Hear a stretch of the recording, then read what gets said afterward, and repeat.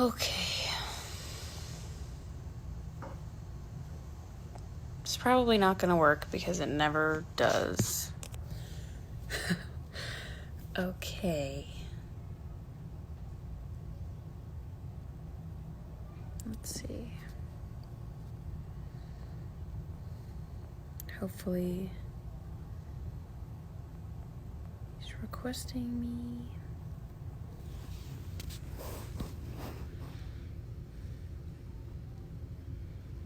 Oh, there you are. How do I get this to work? Oh, go live.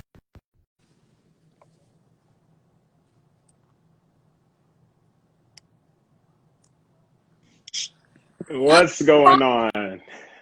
Yay, it worked! It did. Have you had issues before on Instagram Live? Every time. I don't know what my brain is. I can't figure it out. Like they say, you have to be smarter than the object you're dealing with. That's usually my issue. Oh, It's usually my issue. yeah. Probably never gonna use technology in all hope. But so much for doing this. I kind of just felt like why not use the opportunity to let someone who wants to speak and say what they want to say, just to have this platform. This is my dog, Milo. Hey, Milo. He's gonna just be chill the whole thing. But yeah, I mean, feel free to take it away, talk as long as you want. How do I turn off comments? That's probably a good thing to Um, I should do that. Turn I off don't. out right now. Okay, cool. So it's funny, Lily. I'll start with this as you introduce your dog Milo. Well, first off, I'm Emmanuel Acho. Played 4 years in the National Football League. Now I'm a sports broadcaster.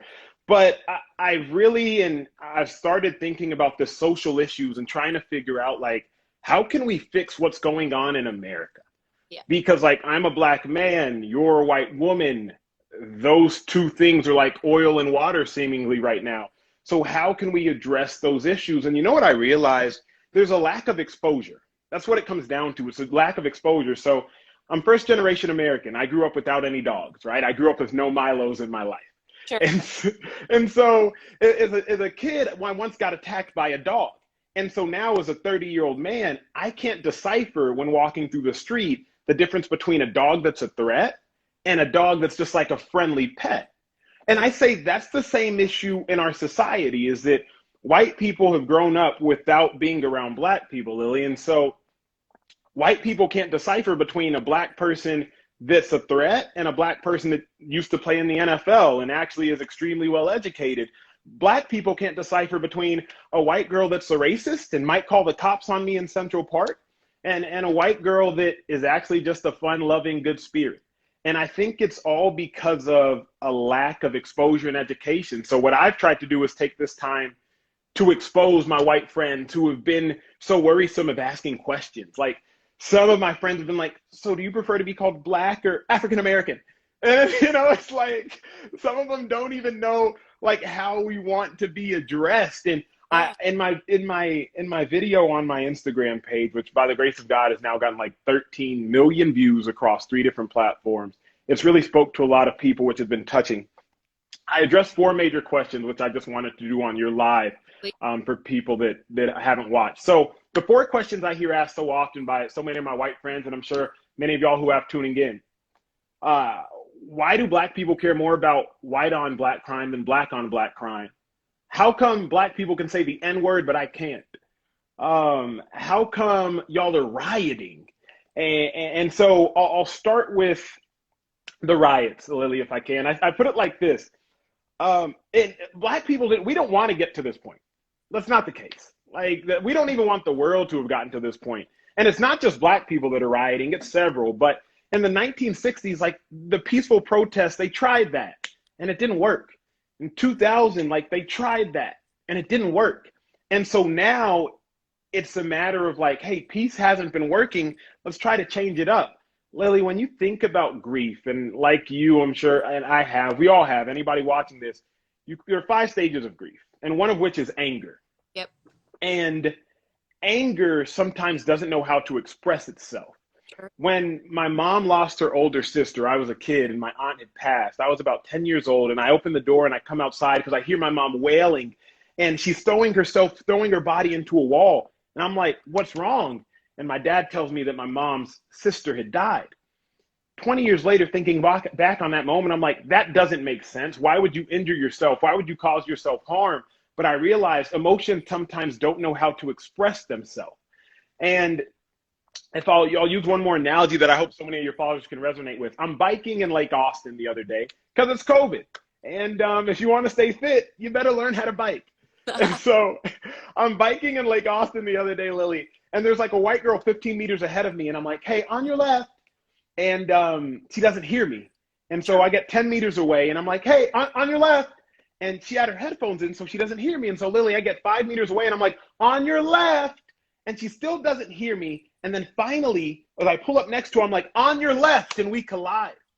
And Lily, I say that that's the same thing African Americans have been going through. In the 1960s, Lily, they were like, we're repressed, and nothing happened. They didn't change the course of action. And so 20 years later, Black people are like, hey, we're oppressed, and nothing happened. And again, we're oppressed.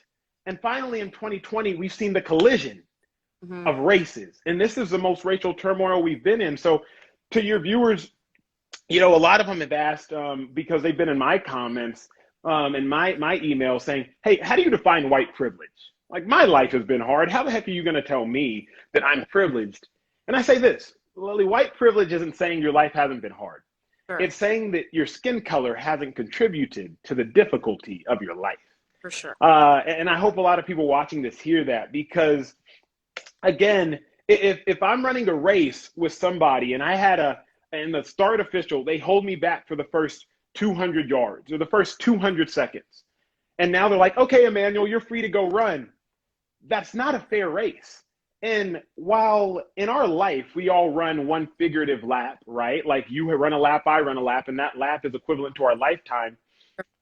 Several white people got a head start because our ancestors. And it's no problem with that. It's just acknowledging the head start. Think about it like this. When wealth was being acquired in the late 1800s and 1900s, like Black people were slaves in the early 1800s. When the banks in the 1950s really started giving out credit to buy houses, Black people couldn't get credit. And so I kind of tried to address, like, that's really the white privilege conversation. Yeah. The other conversation that I've heard so much about is the N-word, right? Like that. And that's a sensitive topic. So for those tuning in, like this one was really hard for me. So the N-word in our day, in modern day, like we don't think anything of it. We hear it in rap songs, we see it in TV shows, it's not a big deal. But when you realize like that word is synonymous with hatred, oppression, and execution, like think about that for a second. But we don't think about that because in our day, we just hear it in hip hop culture. And so I'm like, that word was a governor of Arkansas in 1960s. Like he said, whites and N-words will never go to school as long as I'm alive. So like you and I would never have been able to go to school. And this wasn't a long time ago. Yeah. Like this was just 50, 60 years ago. And so white people took a word that was meant for evil. And like Black people turned it into a term of endearment. And so I say that, like, that's why white people can't and shouldn't say that word, is because like you really got to know the meaning behind it. And then Lily, lastly, kind of expounding on this, like Black on Black crime versus white on white crime, white on Black crime. How come so many people, so many African Americans, they only care about white on Black crime? And I just simply submit this. When a Black person commits a crime, they get punished. That's what we've seen. When a white person commits a crime against a Black person, they get off. Ahmaud Arbery, everybody saw that. Ahmaud Arbery, what most people don't realize, and I'm sure several of your viewers do, some may not, remember this, the murderers, the people that killed him, they were free for 2 months. It's only that we saw the footage, Lily, that now got them arrested. So imagine, Lily, what we haven't seen on camera. Right. Like it's. Yes, that said, what did he say? It was like racism has always been here. It's just now being filmed. And now it's being filmed. And I think about, like, the Amy Cooper incident in Central Park. Obviously, you saw that one, I'm assuming. Okay, yeah, The white, yeah, you saw that, and so that was a white woman. For those that are watching, that she had her dog was off a leash in Central Park in New York, and it's illegal to walk your dog off a leash. So a black man, a bird watcher, actually was recording her, telling her, "Hey, can you leash your dog?" And she says, "Stop recording me, or I'm going to call the cops and tell them you're threatening my life." yep, And he said, "Call the cops." So she calls the cops and she starts yelling and screaming, "There's a black man threatening my life." He was doing no such thing. That story went viral. If y'all haven't seen it, see it. Lily, I was reminded 1955, Emmett Till, the 14-year-old black man who was accused of flirting with a white woman in a store. He was mutilated, beaten, and executed. In 1956, the two white men who killed him, they got off. They admitted that they did it because they knew they couldn't be tried due to double jeopardy. Lily, in 2017, the white woman who accused Emmett Till of flirting with her, she recanted her story. She said it didn't happen. right. Emmett Till would be, I believe, in his early 80s right now. And so, Lily, so many things that we see far fetched. I'm like, no, these are real issues. And I guess I'm privileged, one, that you would bring me on because you have a following and a fan base that can just learn from a genuine conversation. Like, the beautiful part of this is you're a white woman. I'm a black male. Like, we're not supposed to get along. We're not supposed to, in theory and on paper, we're not supposed to be able to have real conversation like this. But all it takes is a little bit of education.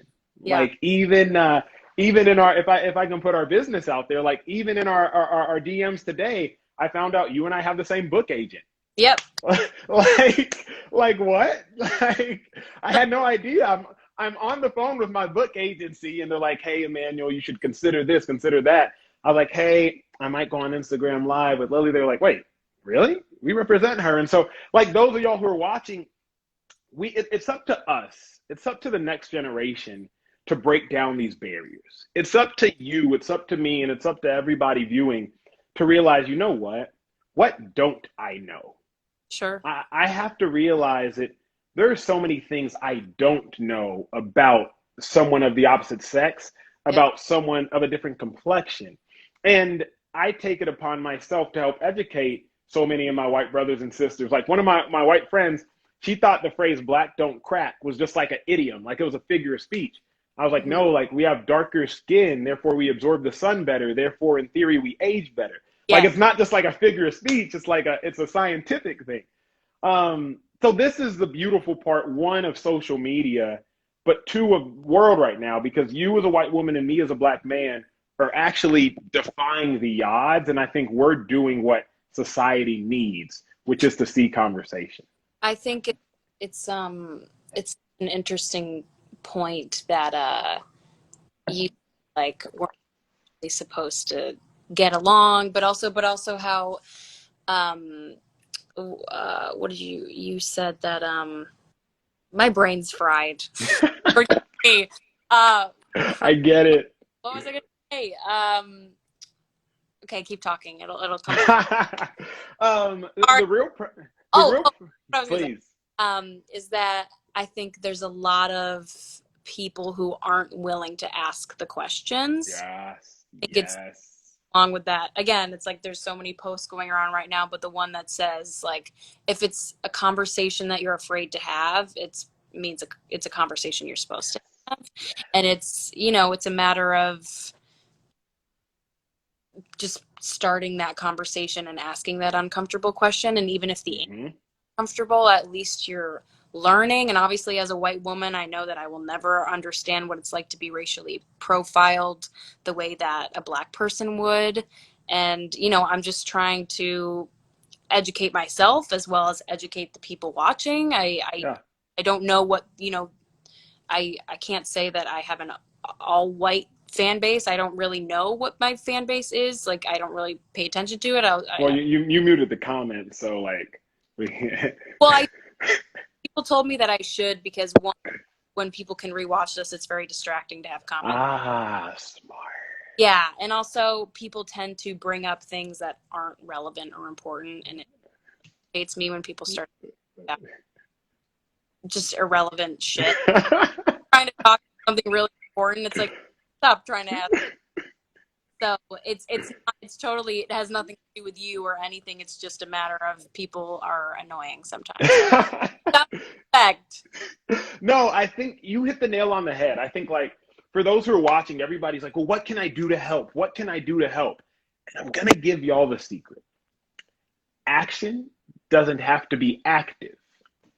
Okay. It's simple. Action can be passive. What do you mean by that? We're simply having a conversation where you're speaking and I'm listening, and I'm speaking and you're listening.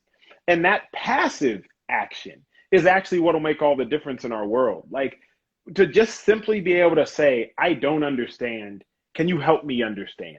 Sure. And I understand like some of the conversations are uncomfortable. Like even I walked over to my friend, my two of my white friends' house yesterday or a couple days ago, and their 3 year old son, he wouldn't give me a hug, and I've known him since the day he was born. And the dad came up to me a couple hours later and was like, "Hey, I didn't know if he didn't hug you because he hadn't seen a black guy in a while." The wife was mortified. She Yeah. was like, "Why would you say that to him?" And I was like, "Man, you know what? I appreciate you saying that Yeah. Yeah. because that means you're aware." Yeah. Yeah. And the wife didn't want to bring it up, my dearest friend, because like she was worried. But I was like, no, this is how conversations have to start. Mm, Like, hey, I didn't know if my son didn't hug you because he hadn't seen a black man. Because now I'm challenging him. Well, change that, bro. sure. Because if at 3 years old, your son doesn't know how to act around somebody that has darker skin, your white son, imagine what will happen at 13 years old. And imagine what will happen at 30 years old. And Lily, it's all cyclical. Like people think there's some grand fix. I got to storm Washington, D.C. I have to change legislation. And that's really not the case. You just have to change like your house. The beautiful thing is I got an email from a 19-year-old girl who lived in Utah. And she was like, my dad's never had these racial conversations with me because like he doesn't acknowledge it. And I've now realized how privileged I am. And I'm like, thank you Yeah. because you will change the next generation. Like it's, oh, Lily, I'll give you this analogy. You know when, and y'all know this when you're watching it, when you run the bath, like when you run the bath water, you hit a water fountain that hasn't been run for a while. At first, the water comes out and it's dirty. It's just kind of like brown and stuff. And then it starts to get a little bit clearer. And then after running the water for about 10 seconds, it's completely clear. That's what's going to happen in our life. Right now, our society is dirty. You know, like it's dirty with racial inequality, with racial stereotypes. But if your viewers, if my fan base, if you and I find a way to continue to change the next generation, the water is going to get cleaner and cleaner and cleaner. And if those of y'all who are watching, and if we don't want to see these kinds of riots happen again, let's fix the cause. It's like Lily, if you get sick because you're eating a certain type of food, you're allergic to Mexican food. Sure, you can like keep taking medicine after every time you eat it, Sure. or you can just fix the problem. Right. Right. We could just All stop. right? Or you can just stop eating Mexican food. And now, mind you, Mexican food is bomb, and I live in Texas, so I ain't telling nobody to stop eating Mexican food, okay? Them enchiladas go crazy. But I will say this, like, we're trying to put a Band-Aid on things. We have to get stronger legislation. We have to make, like, these laws a lot more stringent. No, just fix the problem. Yeah. Just learn how to understand one another. Like, just be able to have a conversation like you and I are having right now. Yeah. For sure. I guess what has been your sense in the midst of all this chaos and madness? Like, what have your sentiments been, and why did you even feel the need to kind of bring someone on to talk about it? I mean, I think I felt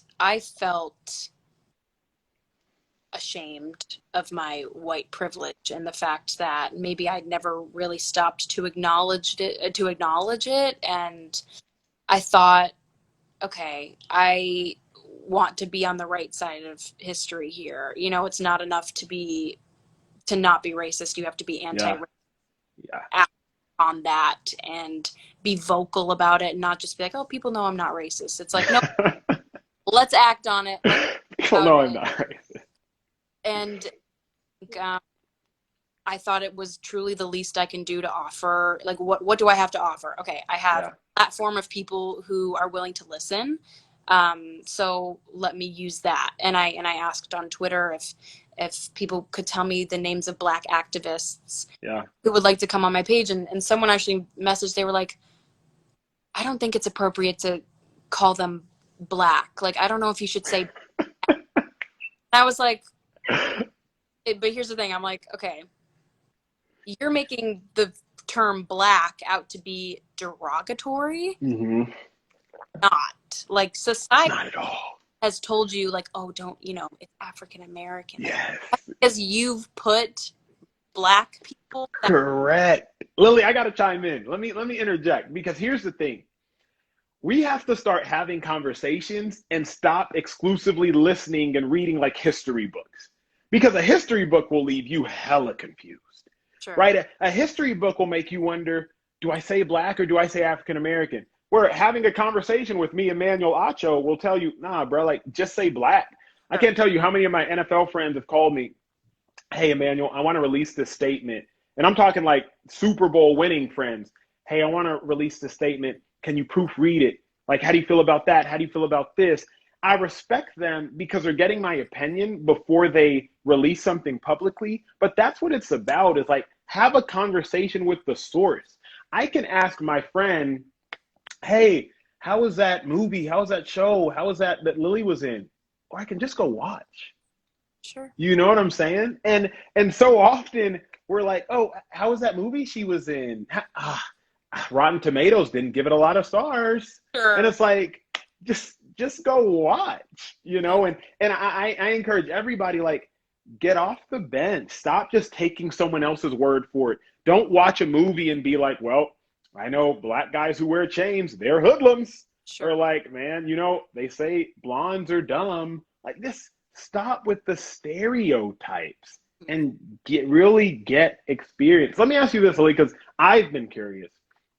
How would you have defined, or how do you define white privilege? And how would you even acknowledge that, like, maybe I am privileged?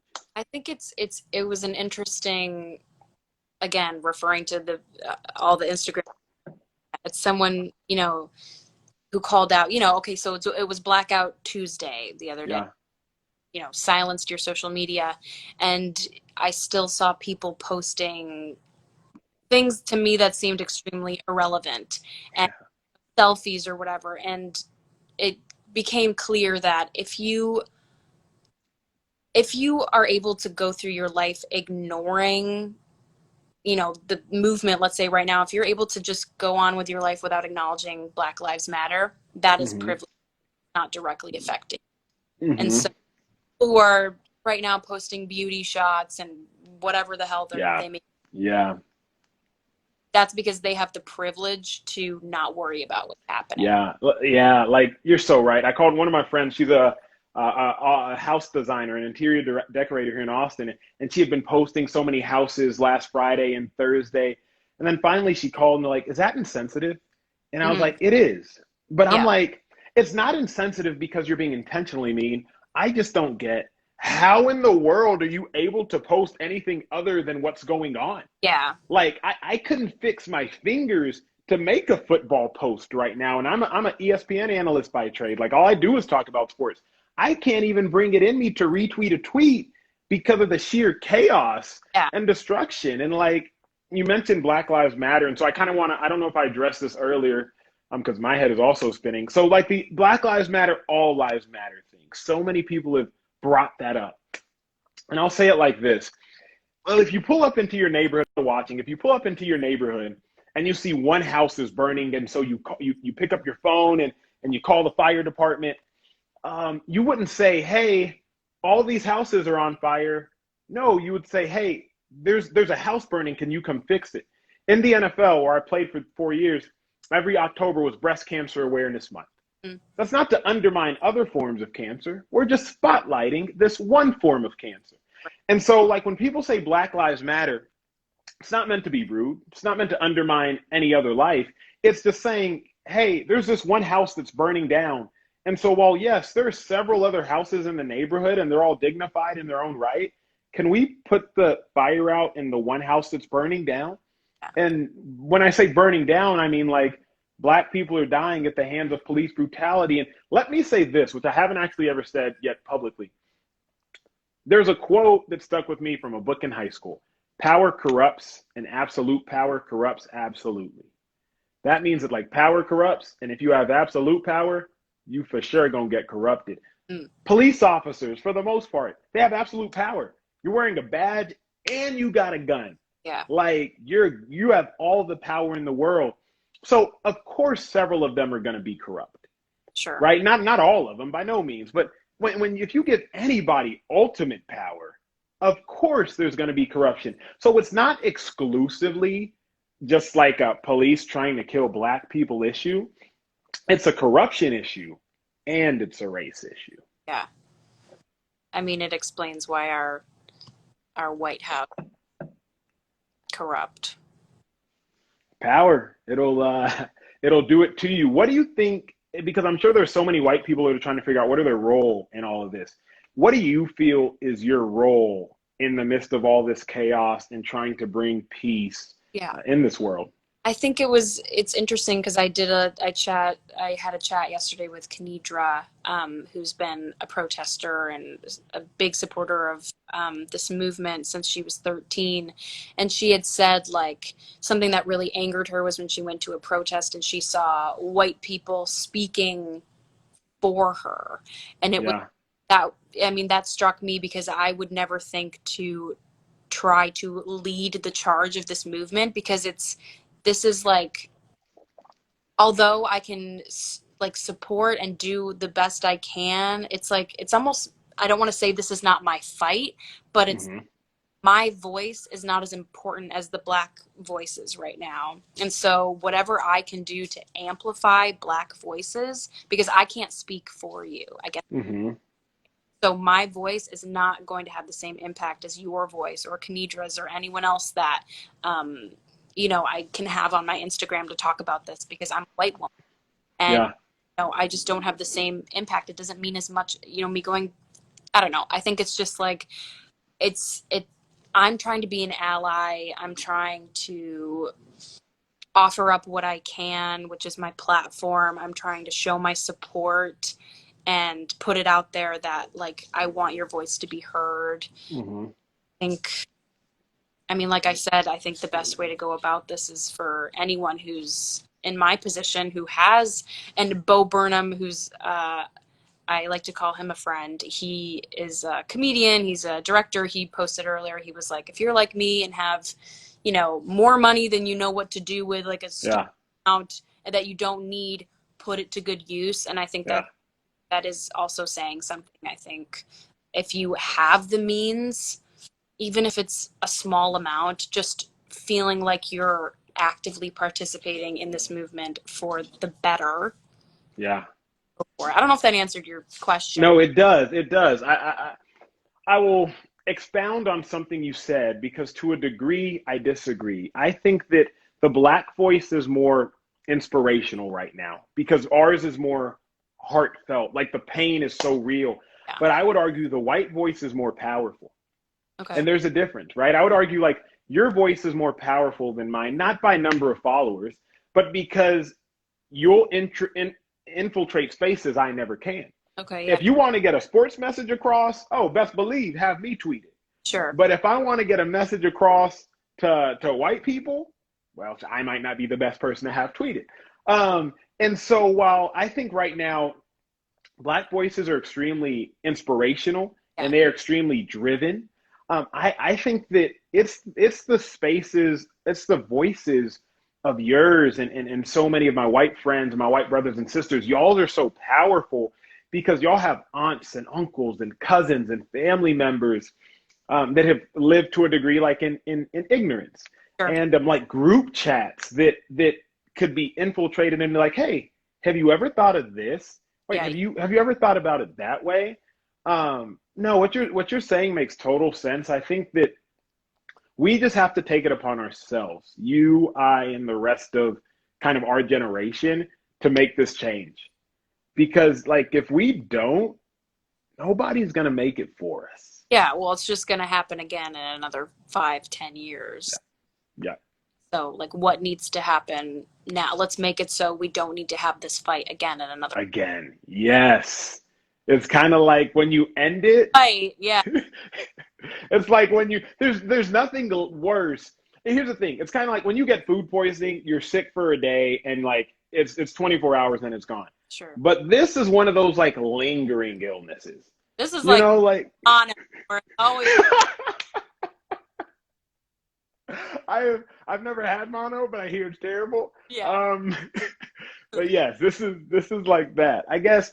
Did you have any questions for me that you've heard, you've seen, you've thought? Because so that those of y'all that are watching, I released a video. If you haven't seen it, uncomfortable conversations with the black man. Yeah. Like I told y'all earlier, now has 13 million views. It's been crazy, and I just wanted to create a safe space for dialogue like this. I Yeah. wanted to create a safe space to be like, look, my guard is down. Like, ask me what you'd be too scared to ask someone else. Do you have a question that you've seen, thought, heard? I definitely that one tweet about, someone telling me that calling someone a black person offensive, that was definitely, I stopped to think about it and I was like, oh, I obviously want to make sure I'm not doing the wrong thing here. Like, is that offensive? So, um, but again, I didn't think that it was offensive, but I'm glad you Yeah. provide your view on that. But I guess coming from you, what would you say right now that maybe other people in my position or some of my followers, fans who are white, like what would you like to see from my generation of white people and people who aren't colored? What can we do to best support the black community right now? I think if we really want to make change, if I was a main legislator and I was running like a communist society where there's one person in charge, you'd have to like mandate integration. I would seek out a way to integrate my groups, Yeah, to integrate my friendship circles. If you're watching this and you're on a sports team, like find a way to make that sports team as integrated as possible. If you're watching this and like you go to church that has small groups, make those spaces integrated. Find ways to blend in with other communities. Find ways to let other communities blend in with you. There's no quick fix. It's a matter of, okay, I know that I don't know about this culture. Let me go blend in with it. When I played in the NFL for the Philadelphia Eagles, I walked into the cafeteria and all our meals are there and it's all prepped and stuff. And all the white people were sitting at a table and all the black people were sitting at tables. And there were like 60 of us. And it's because you go to who you're familiar with, to who you're culturally friends with. And there came a point in time where I was like, you know what? Let me just go hang with the white people, see what they're talking about. sure. Now, they was talking about country music, but thankfully your boy knows how to two-step because I live in Austin, Texas. Um, and so if I'm encouraging your followers, encouraging you, it's a matter of find a way to integrate and blend your spaces. It's not enough to say, I'm not racist, or like, I don't say the N word, or, I'm not. It's find a way to be proactively enhancing diversity. Like that's the best way to learn is through experience. So that would be my main lead. And then also listen, be quick to listen. Yeah, Like everybody right now is saying, don't just post a hashtag to post a hashtag. Because we yeah, don't need no more hashtags. We don't need no more movements. Like we need real hearts, like listening, real people understanding. So that would be like my call to action, if you yeah, will. yeah. Well, that's beautiful. Thank you so much for talking. And I so appreciate it. I think, again, it's important to have the uncomfortable. I mean, for me, it wasn't necessarily uncomfortable, but I mean, I think it's important for people who are white and are maybe not educated about it to go out of your comfort zone and ask about it, talk about it, and make it a discussion, go out of your way to, get your questions answered. Like, I love that Yeah, you're up, you're like, I'm willing to talk about it. If you have questions that you would feel afraid asking anyone else, like ask yeah. me. Like That just that really just presents, ask me.